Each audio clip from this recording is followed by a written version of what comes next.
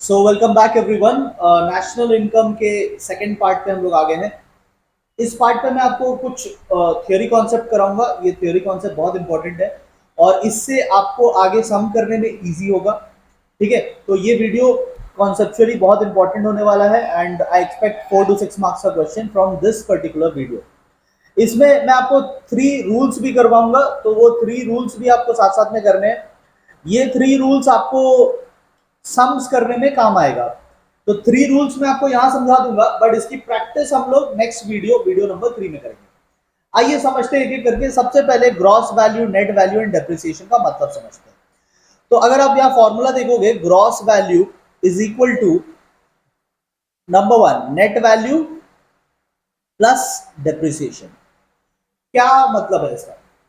तो देखो, net value represent करता है कि आपने पूरे ईयर में कितने न्यू फिक्स्ड एसेट्स खरीदे, कितने न्यू फिक्स्ड एसेट्स खरीदे, पूरे ईयर में कितने न्यू फिक्स्ड एसेट खरीदे, उसे आप बोलोगे नेट वैल्यू। डेप्रिसिएशन क्या रिप्रेजेंट करता है?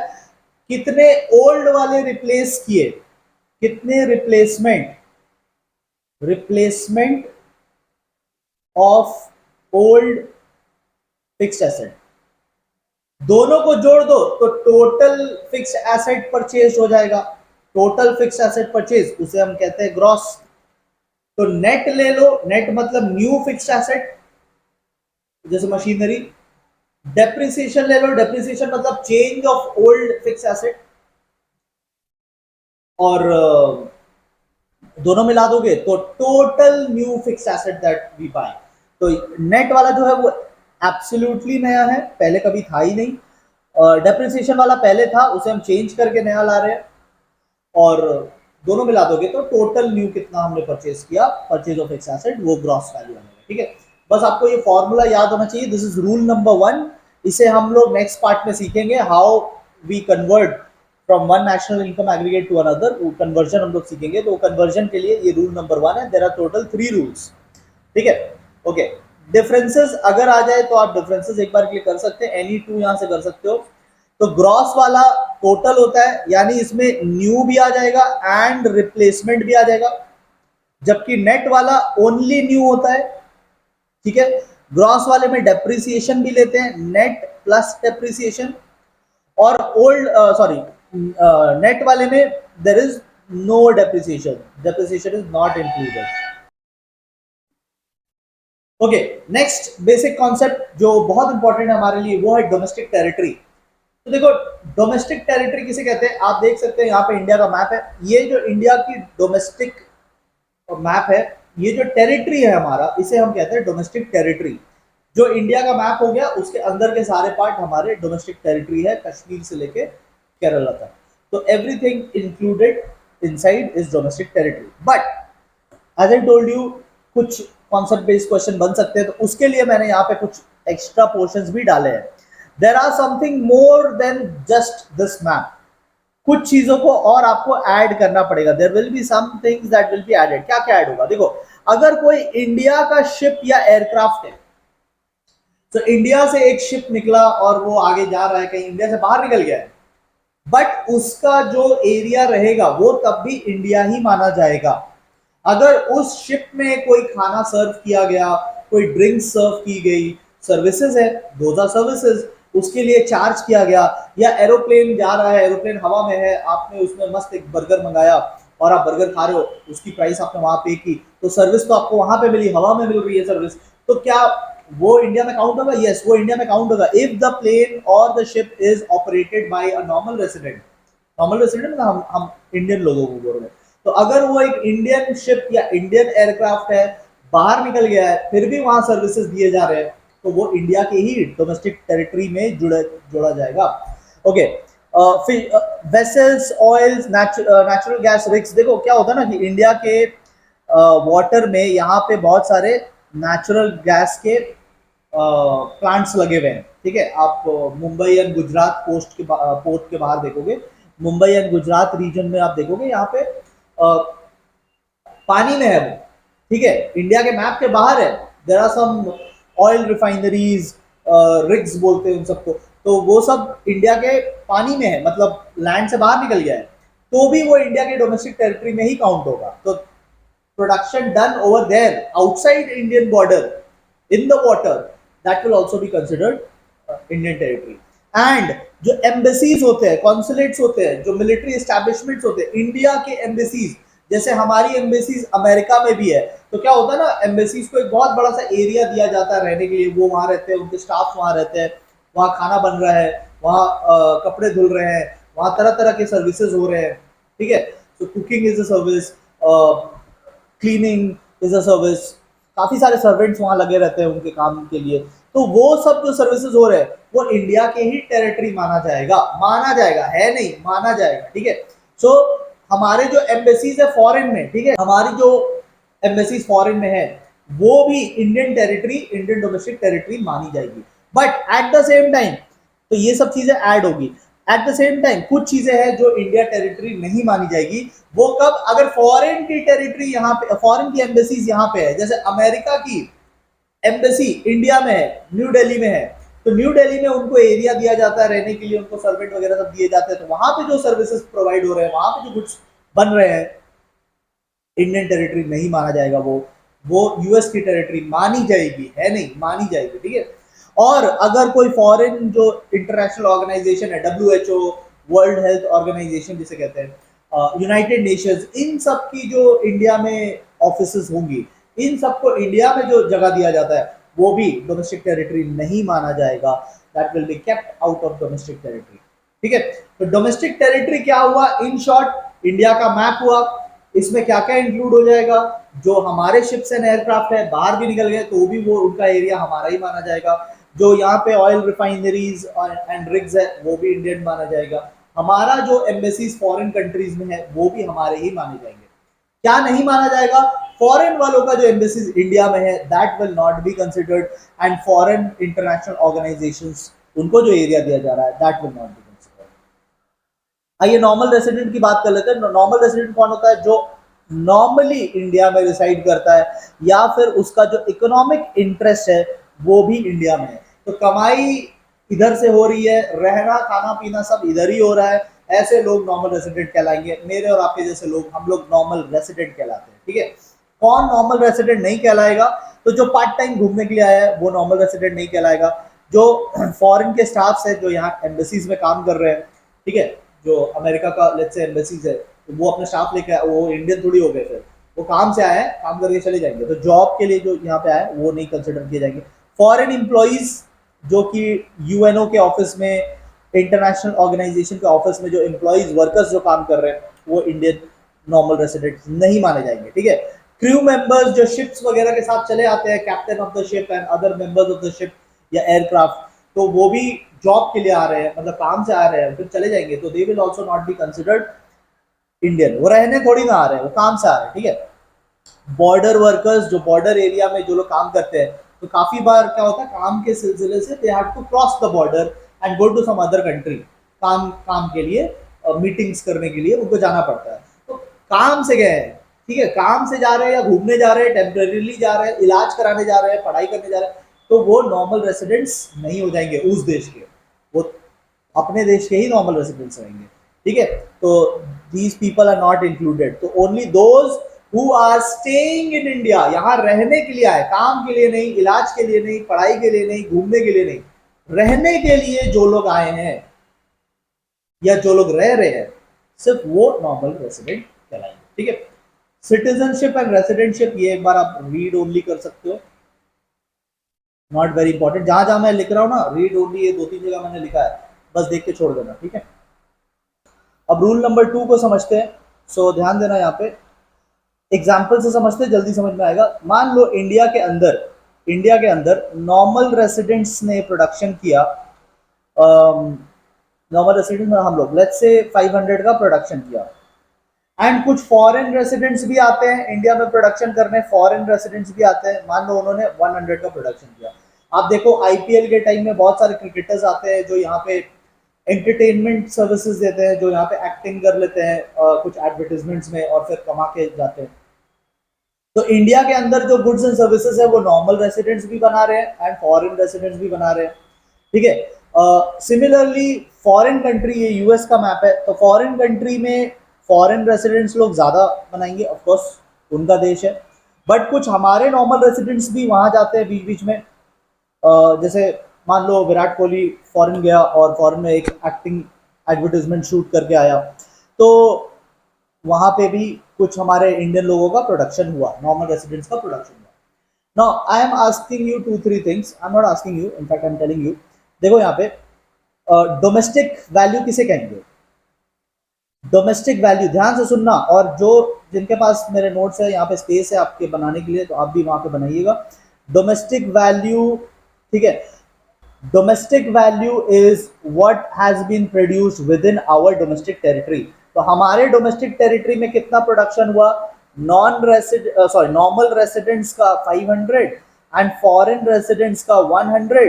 तो आप बोलोगे सर 600 का प्रोडक्शन इंडिया के अंदर हुआ, वो 600 डोमेस्टिक वैल्यू है। But there is a term called national value also.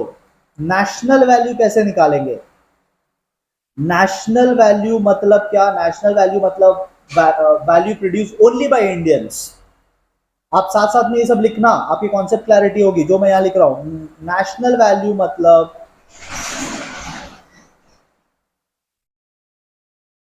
Value produced only by Indians, Indians. और डोमेस्टिक का मतलब, डोमेस्टिक का मतलब क्या था? डोमेस्टिक का मतलब था वैल्यू प्रोड्यूस्ड इन इंडिया। तो आप, आई होप आपको अभी मीनिंग बहुत क्लियर हो गया होगा, ठीक है। एक है वैल्यू प्रोड्यूस इन इंडिया, एक है value produce by Indians, by Indians, ठीक है। तो इंडियन लोगों ने कितना वैल्यू प्रोड्यूस किया? आप देखो, अगर मैं आपको बताऊं इंडियन लोगों ने कितना प्रोड्यूस किया, आप बोलोगे सर यहाँ पे 500 प्रोड्यूस किया और वहां पे 200 प्रोड्यूस किया, तो टोटल 700 प्रोड्यूस किया। Very good. बट आपको एग्जाम में इतना प्लेन सिंपल करके तो देगा नहीं, आपको निकालना पड़ेगा। तो उसके लिए आपको फॉर्मूला याद रखना पड़ेगा, रूल नंबर 2। रूल नंबर 2 आपको याद रखना पड़ेगा। नेशनल वैल्यू कैसे निकालेंगे? आओ मैं आपको फॉर्मूला बताता हूँ। तो नेशनल वैल्यू कैसे निकालेंगे? देखो, national value is equal to, आप डोमेस्टिक ले लेना, डोमेस्टिक वैल्यू, ठीक है। डोमेस्टिक वैल्यू कितना हो गया सर? 500, चलो 500 ले लेना। यू हैव टू डिडक्ट, अब देखो क्या डिडक्ट करेंगे, ये जो फॉरेन वाले लोग आके इंडिया में कमाए हैं ना, तो ये यहीं पे थोड़ी रखेंगे, ये तो अपना पैसा लेकर चले जाएंगे। This money will go back, this will go out of the country. तो इसको हटा देना, इसको बोलते हैं फैक्टर इनकम टू अब्रॉड, ये फॉरेन चला जाएगा। तो this is called factor income. Factor income को वाई से दिखाते हैं, factor income to abroad, factor income to abroad कितना है? 100 रुपीज, माइनस कर दो, ठीक है। कितना है? 100 रुपीज, वो आप माइनस कर दीजिए।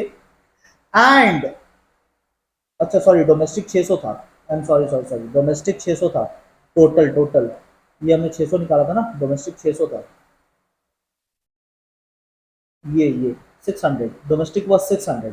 हाँ, domestic 600, factor income to abroad minus कर दिया। और ये जो फॉरेन में जाके हमारे बंदे लोग जो कमा रहे हैं, normal residents who have gone outside, वहां पे थोड़ा बहुत कमाई कर लिया, तो वो तो इंडिया आ जाएगा, that will come to India. तो that is factor income from abroad, plus कर देना फैक्टर इनकम फ्रॉम अब्रॉड, कितना आ रहा है? 200। अब जब आप इसको सॉल्व करोगे तो 700 आ जाएगा, आंसर 700 आएगा। कैलकुलेटर पे कर लेना, वैसे कैलकुलेटर पे करने वाली चीज नहीं है, बट फिर भी जिनको थोड़ा डाउट लगता है कैलकुलेटर पे कर सकते हो। So this is rule number 2, this is what you need to know. इसका लॉजिक एंड ऑल मैंने पूरा आपको समझा दिया है, ठीक है। अच्छा, इसको एक तरीके, एक और तरीका है, देखो कभी कभी क्या होता है, sometimes in the question which we will do in the next video, question में इन दोनों को ना मिला कर दे देते हैं। कभी कभी वो क्या करते हैं, क्वेश्चन में इन दोनों को मिला करके दे देते हैं, तो उसको हम लोग बोलते हैं net factor income from abroad. इन दोनों वैल्यू को मिला करके दे देते हैं। जैसे 100 रुपए बाहर गया, 200 रुपए इंडिया में आया, तो नेट नेट तो 100 रुपए इंडिया में आया ना, 100 वेंट आउट, 200 केम इन, तो नेट नेट आप क्या बोलोगे? 100 का फायदा हुआ इंडिया को, तो वो जोड़ कर दे देंगे। तो तब आप कैसे निकालोगे? तब आप बोलोगे national value, national value is equal to domestic value, practice हम लोग नेक्स्ट वीडियो में करेंगे, ठीक है, plus net factor income from abroad. और अगर net factor income to abroad दिया ना तो वो माइनस कर देना, ठीक है। Practice we will do in the next video. अभी आप बस कॉन्सेप्ट समझो, फॉर्मूला याद रखना एंड नेक्स्ट वीडियो के लिए प्रिपेयर रहना। जब मैं नेक्स्ट वीडियो कराऊंगा ना तो आपको ये सब याद होना चाहिए। तो ये जितना मैंने यहाँ पे आपको समझाया है काफी है। इसी से फिर आगे जाके सम्स होगा, बड़े सम्स छोटे सम्स सब इसी से होंगे। तो मैं आपको कॉन्सेप्ट बिल्डर अभी करवा रहा हूँ सो दैट आगे जाकर के आपको फिर प्रॉब्लम ना हो, ठीक है। मेक श्योर ये वीडियो आप बहुत अच्छे से देखें, एक दो बार देखें, प्रैक्टिस भी करें सो दैट अगले वीडियो में आपको कोई दिक्कत ना आए, ठीक है। Video number 3 and video number 4 दो और वीडियोस आएंगे, दोनों में ये चीज लगेगा, ठीक है। अच्छा, नेक्स्ट आ जाते हैं, कुछ कॉन्सेप्ट डिस्कस कर लेते हैं। फैक्टर इनकम, ट्रांसफर इनकम क्या होता है, थोड़ा सा मैंने आपको पार्ट 1 में बताया था। फैक्टर इनकम वो होता है जो आप कोई सर्विसेज या प्रोडक्शन करके कमाते हो, ठीक है। ये मेहनत की कमाई होती है। जैसे एग्जांपल हो गया सैलरी, सैलरी आप कैसे कमाते हो, जो मैं साइड में लिख रहा हूँ प्लीज आप लोग भी लिखिएगा, बहुत फायदा होगा, बहुत अंडरस्टैंडिंग बढ़ेगी। जब आप काम करके मेहनत करके कमाते हैं तो उसे हम कहते हैं फैक्टर इनकम। और जो आप ऐसे ही कमाते हैं without even contributing to any production process या सर्विस, कुछ नहीं दिया, बैठे बैठे पैसे मिल गया, यूनिलैटरल इसे कहते हैं, यूनिलैटरल। ये यूनिलैटरल कॉन्सेप्ट है, मतलब one sided, unilateral one sided, सीधा पेंशन मिल गया, बदले में आप क्या किए, कुछ नहीं किए। जब आप कर रहे थे तब आपको सैलरी मिलता था, अब आप कुछ नहीं कर रहे तो भी आपको पेंशन मिल रहा है, तो इसे हम कहते हैं ट्रांसफर इनकम। नेशनल इनकम में क्या इंक्लूड होता है, ये जो जो मैं लिख रहा हूं प्लीज देखो, यहां पे लिखा हुआ भी है, बट आप जो खुद से लिखते हैं ना उसका अलग इंपैक्ट होता है। इंक्लूडेड इन नेशनल इनकम, मैं मेहनत करूंगा तो मुझे थोड़ी ना मार्क्स आएगा, आपको मेहनत करना है, ठीक है। लिखा हुआ तो सब है, बुक में तो सभी कुछ लिखा हुआ है, बट क्या ऐसे फायदा नहीं होता ना। Point number 2, not included in national income, तो आप इसको डिफरेंसेस में भी यूज कर सकते हो, मीनिंग में भी यूज कर सकते हो, शॉर्ट क्वेश्चन यहां से बन सकता है, ठीक है। एग्जाम्पल भी मैंने बता दिया, तो 3 अगर डिफरेंस है, 3 तो आएगा नहीं, 2 आते हैं, तो वो आप बता सकते हो।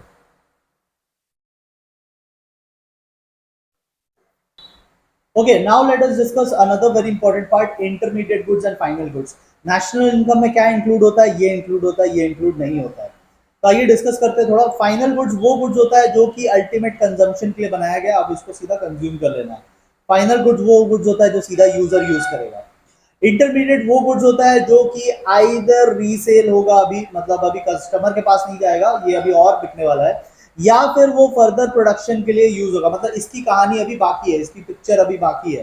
Final goods is ready for use, it is complete, ठीक है, रेडी बोल सकते हो, और वो इनकम्प्लीट है अभी। अच्छा, नेचर, यस, नेशनल इनकम में भी यूज होगा, डोमेस्टिक इनकम में भी यूज होगा। अभी मैंने आपको नेशनल वैल्यू डोमेस्टिक वैल्यू समझाया, ठीक है। तो नेशनल वैल्यू डोमेस्टिक वैल्यू दोनों में यूज होगा, रूल नंबर 2 जो भी बताया, ये किसी में यूज नहीं होगा, नाइदर इंक्लूडेड इन नेशनल या डोमेस्टिक, अलग से नहीं होगा, क्योंकि इंटरमीडिएट की वैल्यू फाइनल गुड्स में जुड़ी भी होती है। आई told you in the previous video also, would जो होता है, लकड़ी जो होता है, उसकी वैल्यू फर्नीचर में जुड़ी हुई होती है। अब आप फिर से लकड़ी के वैल्यू को मत जोड़ लेना, वरना डबल काउंटिंग हो जाएगा। डिफरेंसेस आप एनी टू कर सकते हैं, ठीक है। और कुछ इसमें अच्छा पॉइंट है क्या, एग्जाम्पल आप कर सकते हो, ठीक है। अच्छा, मुझे नहीं लगता ये पार्ट आना चाहिए, बट फिर भी ये थोड़ा ना हाई लेवल चीज है, तो ये ना हाई मतलब जिसको बोलते हैं ना हायर ऑर्डर थिंकिंग, ठीक है, हायर ऑर्डर थिंकिंग क्वेश्चन है। तो हायर ऑर्डर एकदम हॉट टॉपिक है, हायर ऑर्डर थिंकिंग मतलब बेसिक से थोड़ा ऊंचा लेवल का है। तो मैं आपको एक बार ये बता देता हूँ, देखो इंटरमीडिएट गुड्स आता है क्या कैलकुलेशन में, नहीं आता है, लेकिन एक कंडीशन में आ सकता है, if they remain for more than 1 year, मतलब अगर वो यूज ना हो, इफ दे रिमेन मतलब अगर अनयूज्ड रह गए, जो मैं लिख रहा हूं प्लीज लिखते चलना, ठीक है।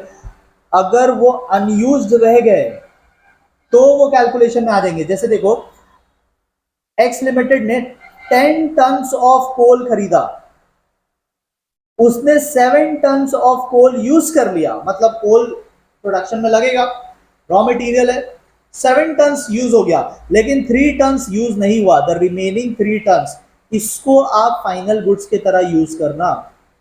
क्योंकि देखो, लॉजिक में आपको बता देता हूं, लॉजिक ये है दैट 7 टन्स का क्या है ना, ये तो फाइनल गुड्स में ऐड हो जाएगा। दो 7 tons have already been used in the final goods, उनकी वैल्यू तो फाइनल वाले के साथ काउंट हो जाएगी, उनका तो कैलकुलेशन हो जाएगा। बट ये जो 3 पड़े रह गए, इनका तो कोई कहीं एडिशन ही नहीं हुआ, तो ये तो छूट जाएंगे। फिर हम लोग इंटरमीडिएट को क्यों नहीं जोड़ते, क्योंकि वो ऑलरेडी एडेड है। बट ये 3 टर्म्स ये थोड़ी ना कहीं एडेड है, ये तो अभी तक लॉजिकली सोचो, ये तो अभी तक पड़े हुए हैं।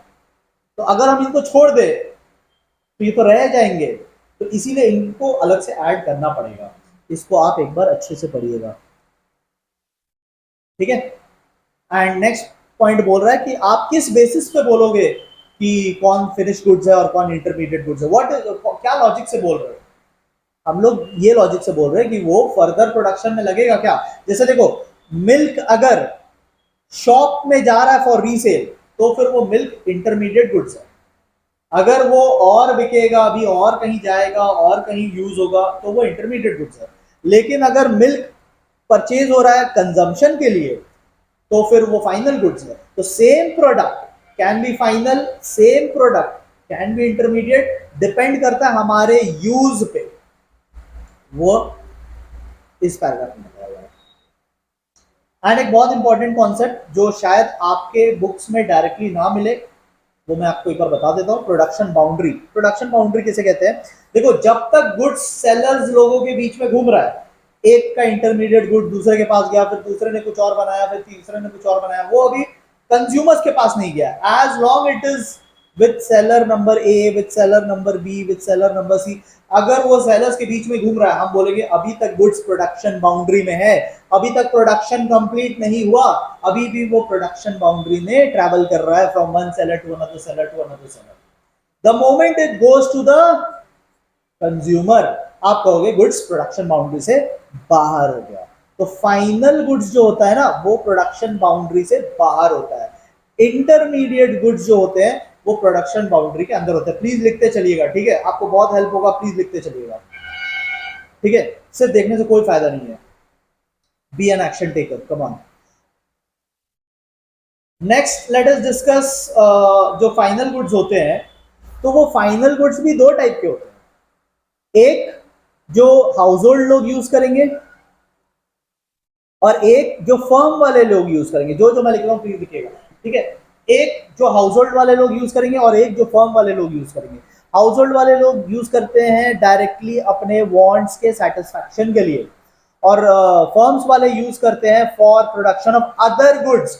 इसको नहीं लगाएंगे उसमें। एग्जांपल दे दो सर। एग्जांपल हो गया मशीन, तो machine will be use for production of other goods. तो वो मशीन फर्म के लिए तो फाइनल गुड्स है, फर्म वाले तो उसको यूज कर रहे हैं। फर्म वाले तो फिर उसको रीसेल नहीं कर देंगे, फर्म वाले अपने पास रखेंगे, उसको यूज करेंगे। तो फर्म वाले जो यूज करते हैं वो उनका फाइनल गुड्स है, हम लोग जो यूज करते हैं वो हमारा फाइनल गुड्स है। तो हम लोग जो यूज करते हैं उसे हम कंजम्पशन गुड्स बोलते हैं, फर्म वाले जो यूज करते हैं उसे कैपिटल गुड्स बोला जाता है, जिसे आप अकाउंट्स की भाषा में लॉन्ग टर्म एसेट्स कहते हैं। अकाउंट्स की भाषा में आप इसको लॉन्ग टर्म एसेट्स कहते हैं। जितना लिखोगे, जितना इन्वॉल्व हो जाओगे ना, आपको बहुत ये चैप्टर समझ में आ जाएगा। फिर आप ये पॉइंट कर सकते हो, इजी है, और आप ये पॉइंट कर सकते हो, ये भी इजी है। कंजम्पशन गुड्स जो होता है वो थोड़ा शॉर्ट लाइफ के होते हैं, लाइफ इज लिटिल शॉर्ट। और कैपिटल गुड्स जो होते हैं ये थोड़े लंबे समय के लिए होते हैं। जैसे मशीन है, हो सकता है 25 साल तक चल जाए। कंजम्पशन गुड्स है, हो सकता है तुरंत आपको कंज्यूम करना पड़े, शॉर्ट लाइफ होता है, ठीक है। तो ये कुछ बेसिक कॉन्सेप्ट है। अब हम लोग रूल नंबर 3, आखिरी रूल पे चलेंगे। तीनों रूल मैंने आपको यहां समझाया है, सम हम लोग नेक्स्ट वीडियो में करेंगे। So coming to the final rule, total 3 rules है जो हम लोग सम्स में यूज करेंगे। तो सम्स में जाने से पहले मैं आपको यहाँ पे तीनों रूल समझा दे रहा हूँ, सो दैट वहां पे हमें कोई स्लो डाउन ना आए, वहां पे हम लोग फास्ट इसको करेंगे, ठीक है। तो चलिए मैं आखिरी रूल आपको समझा देता हूँ, बहुत अच्छे से आपको यहाँ से समझ में आ जाएगा, ठीक है। जिनको भी नोट्स चाहिए, जिनको भी हमारा स्टडी मटेरियल एक्सेस करना है, वो हमारे कोर्स से एक्सेस कर सकते हो, इमीडिएटली वो आपको प्रोवाइड कर दी जाएगी। आइए देखते हैं। देखो, सबसे पहले आपको 2-4 बात यहाँ पे पता होना चाहिए, ठीक है। जितना पता होना चाहिए मैंने सब दे दिया, आप बस इतना कर लो, आपको कुछ और करने की जरूरत नहीं पड़ेगी। देखो, नंबर 1, फैक्टर कॉस्ट। किसको बोलते हैं फैक्टर कॉस्ट? देखो, जो प्रोडक्शन होता है ना, तो उसमें कुछ फैक्टर्स ऑफ प्रोडक्शन इन्वॉल्व होते हैं, लैंड, लेबर, कैपिटल, एंटरप्रेन्योर। तो उन सब का जो कॉस्ट होता है that is called factor cost. कोई भी प्रोडक्ट तैयार करने में, कोई भी प्रोडक्ट तैयार करने में हमें एक कॉस्ट लगेगा। अगर मैं ये पेन ही तैयार कर रहा हूं तो इसमें कॉस्ट लगा, इसमें मटेरियल लगा, इसमें लेबर का खर्चा लगा, इसमें एंटरप्रेन्योर की सर्विसेज लगी, इसमें कैपिटल लगे, तो इसमें जो खर्चा लगा ना that is called factor cost. तो गुड्स मान लो हमारा तैयार हो गया है 500 रुपीज में बनके, बट जब मार्केट में जाओगे ना तो 600 का मिल रहा है। अब बताओ 500 में तैयार हो गया था, इसमें सब कुछ इंक्लूडेड है, इसमें लेबर की कॉस्ट इंक्लूडेड है, इसमें मटेरियल इंक्लूडेड है, इसमें एंटरप्रेन्योर की जो प्रॉफिट है वो इंक्लूडेड है, इसमें जितने भी चार्जेस वगैरह जितने हमें चाहिए थे सब कुछ इंक्लूडेड है, सारे एक्सपेंसेस इंक्लूडेड है, ठीक है, प्रॉफिट वगैरह सब जोड़ दिया, ट्रांसपोर्टेशन कॉस्ट सब जोड़ दिया है 500 का। बट फिर मार्केट में 600 का कैसे मिल रहा है? 500 की चीज मार्केट में 600 की कैसे मिल रही है? Tax. Tax is that thing जो कॉस्ट को बढ़ा देता है। तो factor cost is that cost जिसमें गुड्स रेडी हुआ। मार्केट प्राइस क्या होता है? Market price is factor cost plus tax लग जाता है। फैक्टर कॉस्ट में रेडी हुआ प्लस इनडायरेक्ट टैक्स। और टैक्स का ऑपोजिट होता है सब्सिडी। टैक्स हम लोग सरकार को देते हैं, सब्सिडी सरकार हमें देती है। तो टैक्स कॉस्टली कर देता है गुड्स को, सब्सिडीज चीपर कर देगी गुड्स को। सो मार्केट प्राइस पे जाने का ये एक फॉर्मूला है। मार्केट प्राइस पे जाने का दिस इज वन फॉर्मूला। एक और फॉर्मूला है, ठीक है, देयर इज अनदर फॉर्मूला। वो क्या है? वो ये है कि कभी कभी इन दोनों को जोड़ करके दे देते हैं वो लोग, तो उसे हम कहते हैं नेट इनडायरेक्ट टैक्स। तो that's called market price is equal two factor cost plus net indirect tax. और अगर नेट सब्सिडीज दिया है तो सब्सिडीज तो माइनस होता है, तो आप माइनस कर देना। सम करेंगे तो ज्यादा समझ में आएगा। अभी मैंने बस आपको फॉर्मूला बताया, तो मैंने आपको 3 रूल समझाए हैं। पहला रूल जो था वो ग्रॉस नेट डोमेस्टिक से रिलेटेड था। दूसरा रूल जो था वो national domestic factor income from abroad, factor income to abroad से रिलेटेड था। एंड थर्ड रूल जो मैंने आपको यहाँ पे बताया वो market price, factor cost, tax and subsidies से रिलेटेड है। तो देर आर टोटल 3 रूल्स जो हमने इस वीडियो में आपको लॉजिकली समझा दिया है। आपका काम है कि ये सारे फॉर्मूलाज को याद कर ले, एकदम आपको याद होना चाहिए, क्योंकि नेक्स्ट वीडियो में जब मैं सॉल्व करूंगा ना सम, तो मैं आपको फिर वहां इसका लॉजिक नहीं समझाऊंगा, टाइम वेस्ट होता है। तो मैं वहां पे सीधा सम करूंगा, मैं वहां पे सीधा फॉर्मूला अप्लाई करूंगा। तो अगर आपको याद रहेगा तो आप कोप अप कर पाओगे, अदरवाइज फिर आप पीछे रह जाओगे, ठीक है। तो ये पूरी आपकी रिस्पॉन्सिबिलिटी है कि आप अपने आप को कितना आगे लेके जाना चाहते हैं, ठीक है। तो इट्स टोटली ऑन यू। मेरा काम था आपको बता देना, मैंने आपको बता दिया है, ठीक है। अब बाकी डिसीजन आपका है। आइए हम लोग इस वीडियो के लास्ट टॉपिक पे आते हैं, नेशनल इनकम एग्रीगेट्स। हमें शॉर्ट क्वेश्चंस पास्ट एग्जाम में भी आए हैं और अभी आगे भी आ सकते हैं, दिया जाएगा। There are total 8 national income aggregates. ये सारे के सारे नेशनल इनकम ही है, but the most accurate is number 8। 8 number का जो है ना वो सबसे ज्यादा एक्यूरेट होता है। ये number 8, this one is the most accurate. इसी को हम लोग सीधा सीधा नेशनल इनकम बोलते हैं। तो ये 8वां नेशनल इनकम है, और आपको ना क्या करेगा, एग्जाम में कोई एक वैल्यू दे देगा, they will give you one of them, और बोलेंगे जैसे मान लो ये नंबर 1 वाला दे दिया, और इसको बोलेंगे आप नंबर 3 में इसको कन्वर्ट करके दिखाओ। इसीलिए मैंने आपको कन्वर्जन रूल पढ़ाया था। कैसे करते हैं वो नेक्स्ट वीडियो में देखेंगे, बट मैं बता रहा हूँ कि बोलेगा क्या। वो आपको नंबर 4 वाला दे देंगे, बोलेंगे इसको नंबर 5 वाला में कन्वर्ट करके दिखाओ। तो कन्वर्जन करने के लिए आपको कन्वर्जन के 3 रूल्स लगेंगे, वो रूल्स मैंने आपको ऑलरेडी समझा दिए। यहां पे क्या करना है, यहां पे आपको मीनिंग याद करना है। मीनिंग आपको पूछ सकता है, तो एक बार के लिए मीनिंग कर लीजिएगा। तो आओ मैं आपको टेक्निक बता देता हूं, मीनिंग कैसे याद रखेंगे। तो देखोगे यहां पे हमने रूल नंबर 1 क्या था, रूल नंबर 1 किससे रिलेटेड था? रूल 1 किससे रिलेटेड था? Gross and net. Gross and net इससे रिलेटेड था। आप देखोगे 4 यहां पे ग्रॉस है, this 1, this 2, then there is 3 and 4, और 4 यहां पे नेट भी है, 4 यहाँ पे नेट भी है, देखो नेट 1 2 3 4। अब जब आप इनका मीनिंग समझाएंगे तो आपको बताना, देखो ग्रॉस में क्या होता था, डेप्रिसिएशन एडेड होता था, थोड़ा रूल याद करोगे, ग्रॉस में डेप्रिसिएशन एडेड होता था। ग्रॉस वर्ड ग्रॉस का होता था मतलब नेट प्लस डेप्रिसिएशन, तो ग्रॉस में डेप्रिसिएशन एडेड होता था। जितने भी यहाँ पे ग्रॉस है, 4 ग्रॉस है, आप बोलोगे इट इंक्लूड्स डेप्रिसिएशन, ये लाइन आप बोल सकते हो, जैसे यहाँ पे लिखा ना it is inclusive of depreciation, आप बोल सकते हो। जहां जहां ग्रॉस है आप बोल सकते हो इट इंक्लूड्स डेप्रिसिएशन, जहां जहां नेट है आप बोल सकते हो it does not include depreciation. तो हर डेफिनेशन का मैं आपको टेक्निक बता देता हूँ कैसे आपको बोलना है। तो ग्रॉस जहां दिखे आप बोल दो इट इंक्लूड्स डेप्रिसिएशन, नेट जहां दिखे आप बोल दो इट एक्सक्लूड्स डेप्रिसिएशन। तो पहला हो गया। अच्छा, रूल नंबर 2 क्या था? Rule 2 was domestic and national. तो अब सेकंड वाला रूल नंबर 2 था ना, तो आपको सेकंड पोजीशन में आपको आइदर डोमेस्टिक दिखेगा या नेशनल दिखेगा, डोमेस्टिक दिखेगा या नेशनल दिखेगा, डोमेस्टिक दिखेगा या नेशनल दिखेगा, डोमेस्टिक दिखेगा या नेशनल दिखेगा। तो आपको आपको 4 डोमेस्टिक 4 नेशनल दिख रहे हैं। डोमेस्टिक किसको बोलते थे? डोमेस्टिक मतलब इंडिया के टेरिटरी के अंदर में जो प्रोडक्शन हुआ। तो जब भी आपको डोमेस्टिक दिख गया मीनिंग में आप लिख देना it refers to the final value of goods produced within the domestic territory of the country.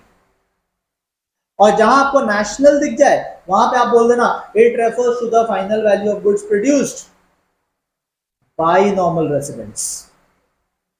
बस आपका डेफिनेशन बन जाएगा। फिर प्रोडक्ट तो सब में कॉमन है, प्रोडक्ट इज कॉमन।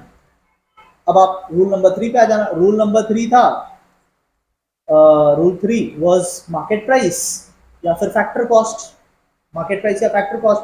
तो आप देखो एक है मार्केट प्राइस, एक है मार्केट प्राइस, एक है मार्केट प्राइस, एक है मार्केट प्राइस, 4 मार्केट प्राइस है।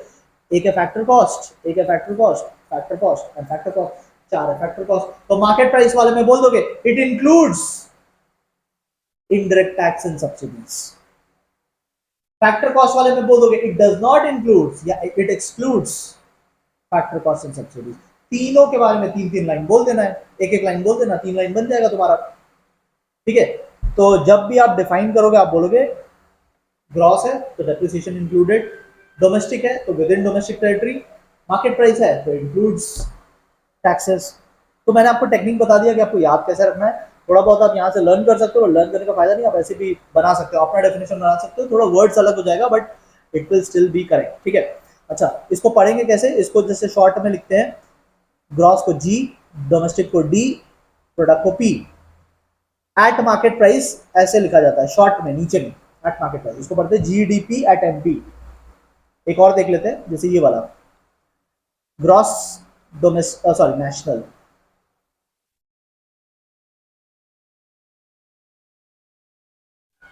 Gross national product at market price.